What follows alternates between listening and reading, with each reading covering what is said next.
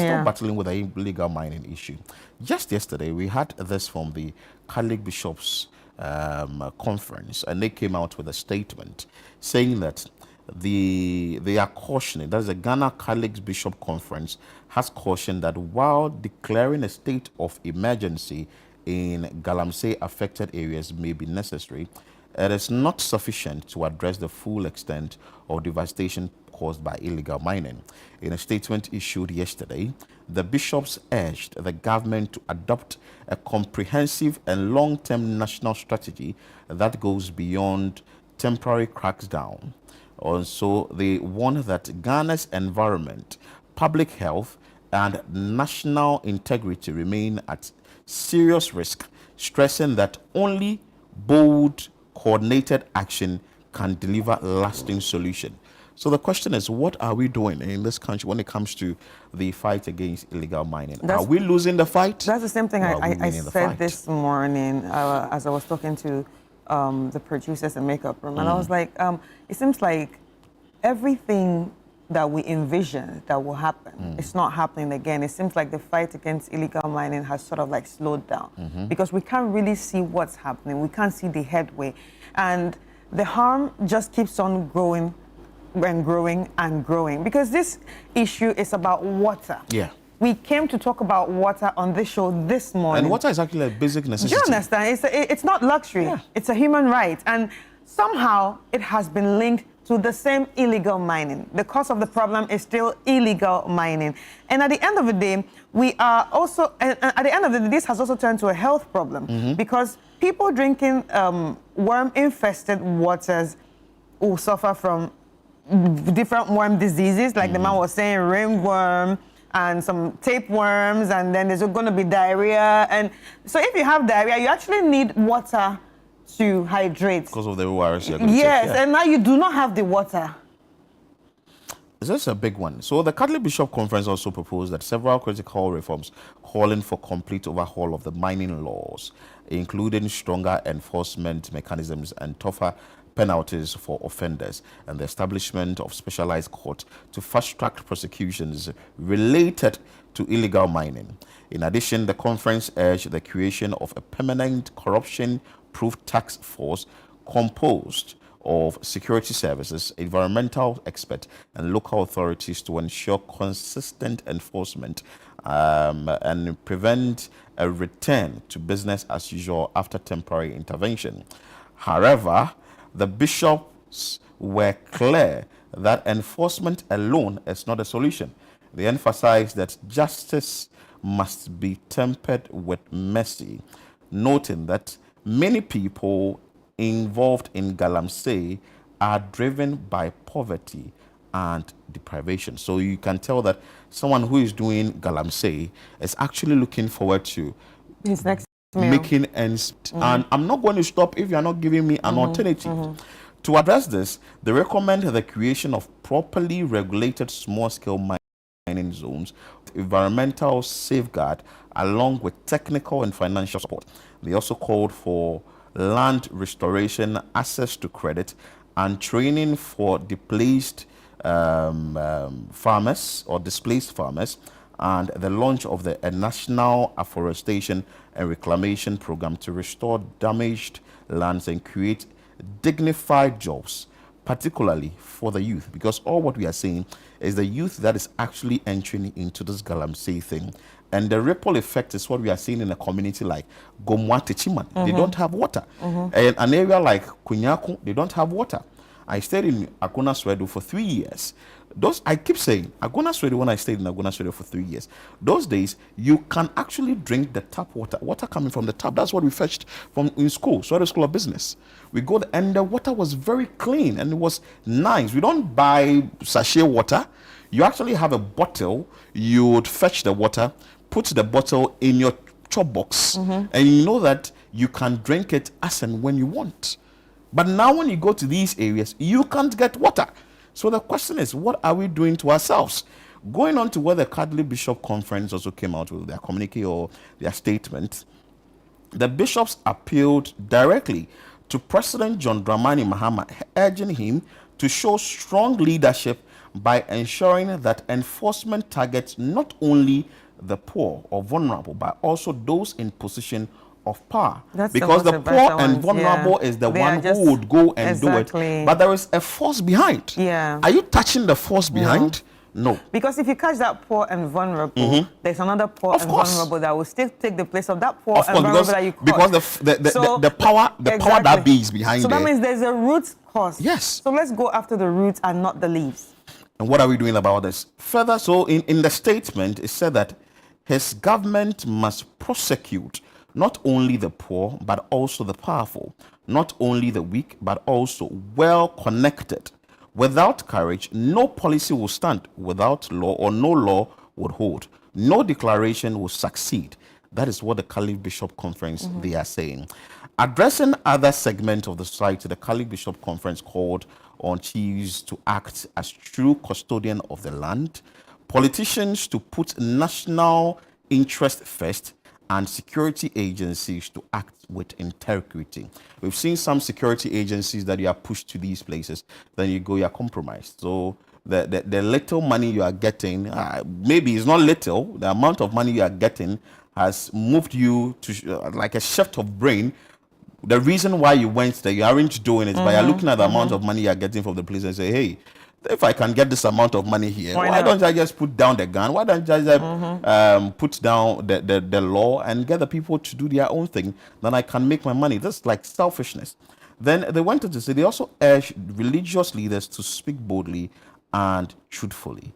Everyone is talking about this. Everybody is talking about Galamsey.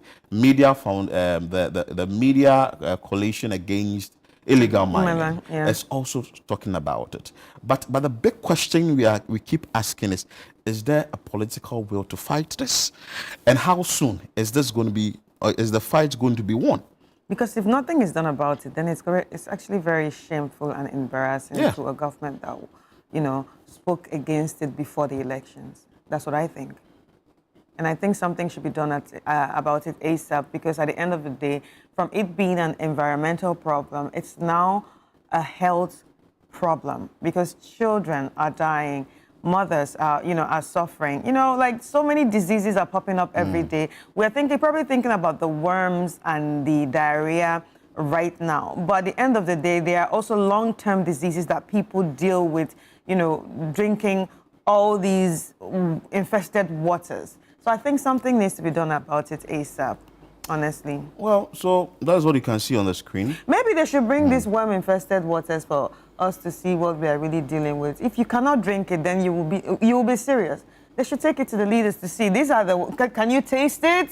Is it sweet?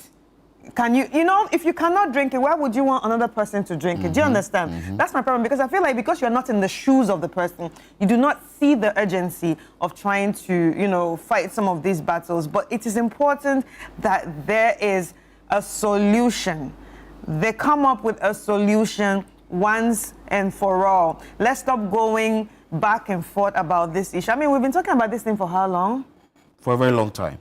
It's tiring. For a very long time. It's really tiring. For a very long time. And we are actually troubled about this every now and then. Then we just want to see how best the government will work around this. But we'll be speaking shortly to the Middle Coalition against illegal mining, Kenneth Ashibe.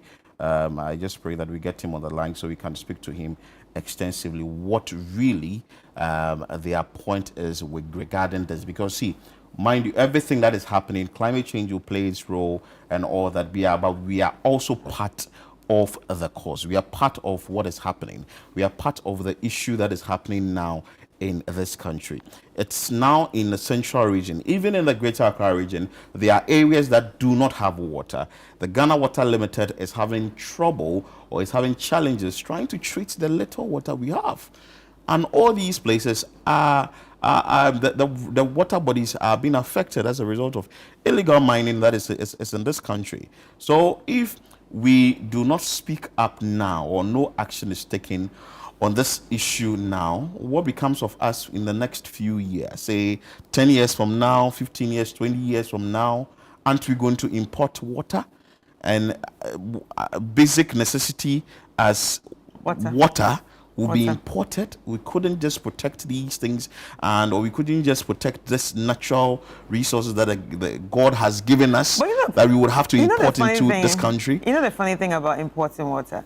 You know, as the years go by and as things changes and as climate is, the climate keeps on changing, who would want to sell their water to you? Another question. That no one will want to, because everyone will try to protect their water because they don't know what is next, especially with climate change. So I don't think anyone would want to even give you that. Anyway, let's engage the convener for the media coalition against illegal mining of Galamsey, Engineer Kenneth Ashibe, who will speak to us extensively. Yesterday they had a press conference. Engineer, good morning. Good morning, Philip. First of all, let me find out from you. The press conference you had yesterday, what did you touch on? Well, thank you very much. So this is, on Thursday we issued a statement in response to His Excellency's encounter with the media. We believe that the answers we got, so far as Galamsey was concerned, did not go far enough. So we started off talking about the fact that if you look at Article 39, it's very clear the ingredients that you need for a state of emergency. And so if His Excellency says state of emergency is the last resort, we were telling him that we are beyond the last resort. Last year, the Chufuhiman water treatment plant was recording turbidity of 14,000 NTUs. And all of us were out there, demonstrating and telling the president that something needed to be done, and including the NDC, who several of their leaders have talked about state of emergency, at which His Excellency signed a pact with us as well as the other presidential candidates. Now, you have Kwenyaku that recorded 32,000 NTUs. Multiply 14,000 by 2, you still have some extra you have to add to it. And so definitely we've gotten to beyond the point where we should be declaring a state of emergency. There are several communities, in the Kwenyaku water treatment catchment area who have done nothing. They've not done any illegal mining. They've not been irresponsible. People in the eastern region are the ones who have done this. And so that's one of the things we talked about. Then we also talked about the fact that it is not just enough for His Excellency to tell us, committees have been set up. It is important that we get some clear milestones and clear timelines for which these milestones are supposed to be delivered, so that together the media, who the Constitution gives you the mandate, together with the people whose sovereignty resides in, would be able to also monitor this and help His Excellency and the government deal with the challenges that confront us. We also pointed out the fact that NEMOS was good, but NEMOS needed to be resourced. And so if you declared a state of emergency, for example, then you didn't have to wait for the over 1,000 excavators that you have confiscated to be forfeited after the cases have been tried. You could sell off those excavators, export them if you have to, and then you use the money to fund NEMOS and the police and the Forestry Commission. We also pointed out that the KPIs that have been given to the district and the municipal chief executive, we need to see some action so far as that is concerned. So any chief executive in any of these areas who still has Galamsey endemic in by the side of the roads, you could stand on the bridges and see people, they should be dismissed immediately for incompetence and then also investigated for complicity. And that should also be extended to the police and the NIB folks in this particular community. We also called on the IGP to also, as a matter of urgency, complete the transfers that he says, he was going to do with police commanders in these Galamsey areas, and publish for all of us to see the new KPIs that have been given to them, so that as citizens we could also support him. In some of the areas to ensure that the right things were being done. We also called on the president that NEMOS was good, but the police are constitutionally the primary organs to deal with law enforcement. And so they also should be empowered at the district levels and all of that to do what they ought to do. And the IGP needs to also clean and cleanse them of, some of the reports of corruption against some of them. And then we also are asking Ghana Water and the Community Water and Sanitation Agency to publish for all of us to see the level of heavy metals and toxins that are in the water that they treat, so that they can assure us that the water they treat, the levels of those chemicals are below the acceptable limits that WHO and other standard setting bodies use. And then we also are asking to be able to track the performance of governments so far as the fight against illegal mining is concerned. All the turbidity of water at all the treatment plants should also be published on a monthly basis. So these are some of the issues that we raised yesterday. I want to find out from you. This is actually not the first time you are asking for these things. I'm sure in the previous administration, that is the HPP administration, you raised issues with how the fight against illegal mining was being done. Fast forward, thinking that if a new government should take over, certainly it's going to be a thing of the past where we wouldn't be here talking about all these things again. Do you think that the leaders sort of have failed, or there isn't that political will to end this once and for all? Well, it was based on that we signed a pact with His Excellency and all the other presidential candidates. So the expectation was that we were going to see a change. And let me be the first to also recognize that there's been some positive changes that have happened. If you look at, the posture of the Minister for Lands and Natural Resources and the efforts that he's put in, if you look at the issues around Galamsey, for example, we think it's a positive thing that should have happened. But again, you see, it is by their fruits that you will judge them. That's what the Holy Bible says. And in every situation, you want to look at impact, And so when you have turbidity of water getting to 32,000 NTUs. When you get the situation where the Bonsa water treatment plant has been shut for a year because of illegal mining, you have Kwenyako now has been shut, you have Chebi water treatment plant, being shut and opened, you have, His Excellency talked rightly so that there were 9 forest reserves that were marked red, that they have taken over. But there are about 44, forest reserves that still have illegal mining and desecration of all of those forest reserves still going on. You go into places like Abera, Ninka, and all of that people were driven out of, but they have come back into those places. You drive on the road from Takwa all the way to Obuasi, all of those areas, you see illegal mining right as you are driving by the side of the road. They are not even in the forest reserve.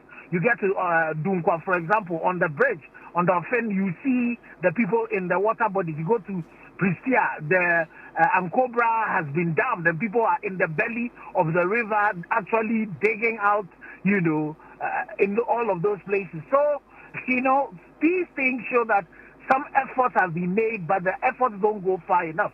It is the reason why we believe, as the NDC believes in last year, and several of us believe, and as the Catholic Bishops' Conference have said, as the Catholic National Laity Council has said, we've gotten to the last resort, the point of last resort, and it's important for His Excellency to deploy the state of emergency, not in the entire country, not in the entire district, but in the parts, on the river bodies that currently have been desecrated, in the forest reserves, with a state of emergency, for example, the issues around excavators that have been seized. You don't need, as Act 995 will say, for you to go to court and get a conviction before you can do the forfeiture.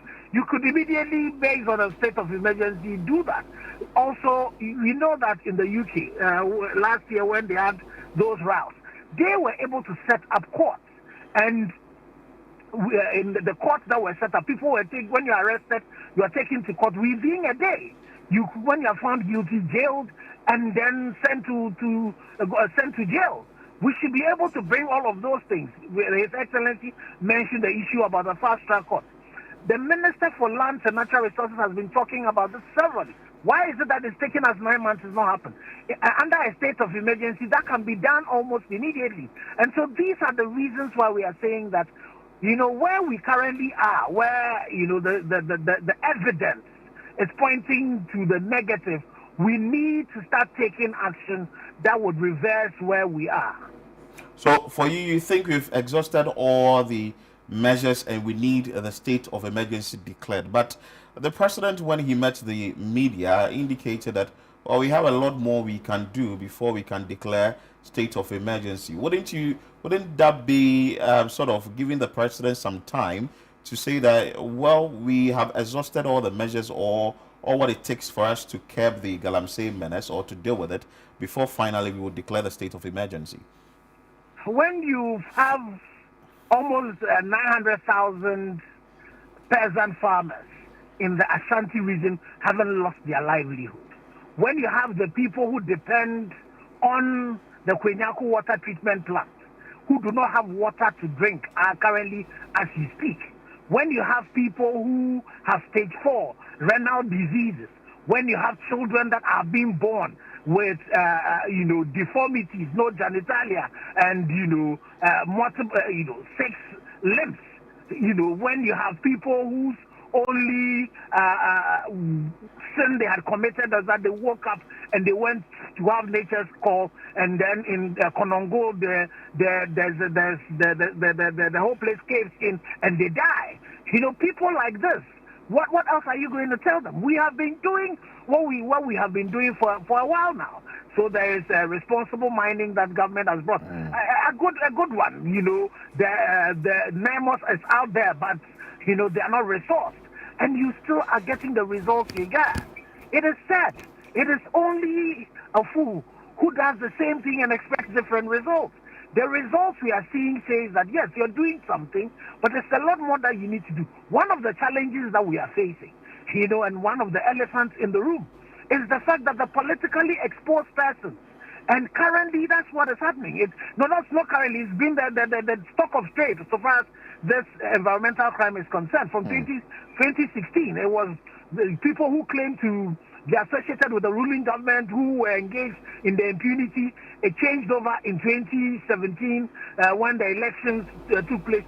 Unfortunately for us, in 2024, 2025, there's not been a takeover. What has happened is that there's been a merger. So both parties are currently, the criminals in both parties have come together and they are perpetuating this. In every place, you go there, it is the politically exposed persons who are in control of this. And so when you have situations where the Attorney General, for example, refers some politically exposed persons to Iyoko for investigations to be done, asks that Professor Frimpong's Boating's report, Iyoko should look at it. And after several months, we've not had Iyoko tell us anything about it. When you have had a situation where Akonta mines, back as 2022, we had petitioned, a lot of work has been done about it. And as we speak, under this government, he is being arrested, but the case has not gone to court. When the president himself told us last year, October, that it is the kingpins that we need to deal with, but that is not being dealt with. We believe that under a state of emergency and then with a lot of pressure on the state and the president dealing with these people who are detracting, who are putting spokes, in the wheel, putting clocks in the wheels of the Minister for Lands and those who want to fight it, that is the only way we are going to achieve results. Okay. So our plea to Thank you, sir. The President. Okay, you go ahead. No, our plea to His Excellency the President is that this is something that we need to deal with, and we need to deal with it immediately. And for some of us, I'm a Catholic. The bishops have spoken. Yeah. It is great that the bishops have spoken. The laity council have also spoken. It is great, but it's not enough. October is a year when we went on that prayer walk, to mobilize Catholics, Ghanaians, and people from all walks of life join. And not only do we take our action, but also pray to God to also intervene. We need to go back on our knees again. We need to go back on that particular walk again. And this time, I am pleading with the bishops that not only in Accra, all the 20 dioceses in Ghana, we should also see that, and it should not only be the Catholics. Various traditional bodies, religious bodies, all of us, including political parties, we should all join and support the president to deal with this canker. The way we are going is not sustainable. Last two questions briefly, and you can take leave of us. What is the deadline or the time frame that you're asking the president to declare the state of emergency? And if that period elapses, what will be your next line of action, especially from the coalition? Well, you see, you are part of the coalition, you know, ChannelOne TV. What we did last year, which has never been done, dedicating a whole day in this particular thing. So all of us, we need to be looking at that. One of the things that for me, the coalition does not have a timeline, but we are praying and we are speaking to the heart of His Excellency that some action should be taken immediately. But some of the things that we should be considering, maybe as media, is to get to a point where we all declare our own media state of emergency. We don't discuss anything again, you know, but only Galamsey. Okay. We would discuss nothing but how we would restore, and then we'll shut down on everybody else. Nothing else will be discussed. We need to get to that particular point. I know UTAC, for example, had also given some timelines to, you know, the government. We're hoping that they would also look to that. We're beginning to again, you know, speak to labor as well, you know, so that all the cards, you see, all the cards should be on the table. The thing about this is that for us, we all need to support His Excellency to take the tough decisions. The challenge he has is that a lot of the people who are involved in this are people from his own party and people from the other party as well. They are politically exposed persons. He himself, last year, October, called them the kingpins. That is the challenge. Okay, Engineer, thank you so much for your time, and we are grateful that you've spoken to us this morning on the issue. Dr. Kenneth Ashigbe is the convener for the Media Coalition against Galamsey or illegal mining. Chris? It's a very serious He's spoken issue. extensively. Yeah. I think it's a good call. And I like how passionate he is about it, because it's a very serious problem. I think he being passionate is how all of us should feel about this thing. Like I said, it has gone from an environmental problem to a health crisis. And if we keep quiet, its ripple effect is going to come all the way down and eat up the whole country, whether we like it or not. You might think it's happening on one side, but slowly and surely, it's catching up with every region in the country. And even the bigger issue is the crops we consume now. Yes. The water, yes. the because they want us to go. They want us to go organic. We are going organic, but then we are you're consuming toxic organic food. In a way. Anyway, that was a long discussion that we had, and it was very important that we had this discussion. Like I said, we started from water. By the end of the day, it found its way, you know, back to the Galamsey issues. And I hope a solution is, you know, found once and for all. But then again, let's take a quick break.